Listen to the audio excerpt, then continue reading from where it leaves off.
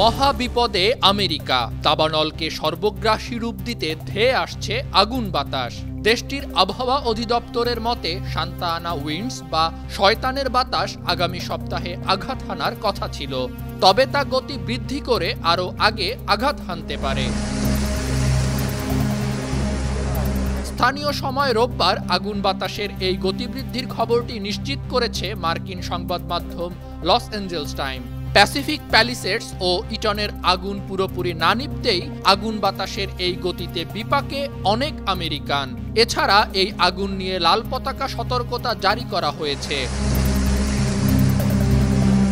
বিভিন্ন সংবাদ মাধ্যমের সবশেষ খবর মতে প্যালিসেডসের আগুন 43% নিয়ন্ত্রণে রয়েছে, আর ইটনের নিয়ন্ত্রণে আছে 73% আগুন। তবে নতুন করে শয়তানের বাতাস দাবানলকে ভয়ঙ্কর রূপ দিতে পারে, এমনই আশঙ্কা আবহাওয়াবিদদের।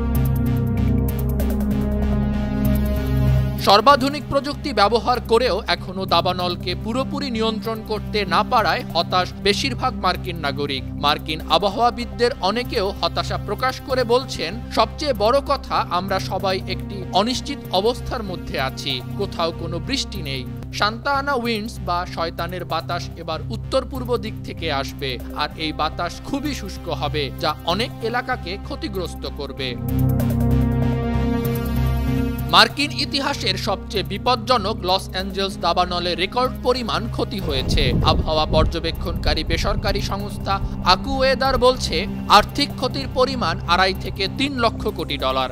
আগুনে পুড়ে ছাই হয়ে গেছে বিশ্বের সবচাইতে বড় ব্যাটারি প্রস্তুতকারী প্রতিষ্ঠান ভিস্ট্রা এনার্জি ব্যাটারি প্ল্যান্ট। দাবানলে এখন পর্যন্ত 27 জনের প্রাণহানি ঘটেছে, নিখোঁজ রয়েছেন অনেকে।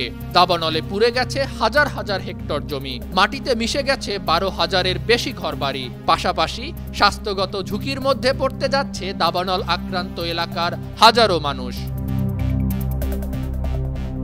আন্তর্জাতিক ডেস্ক, বান টিভি।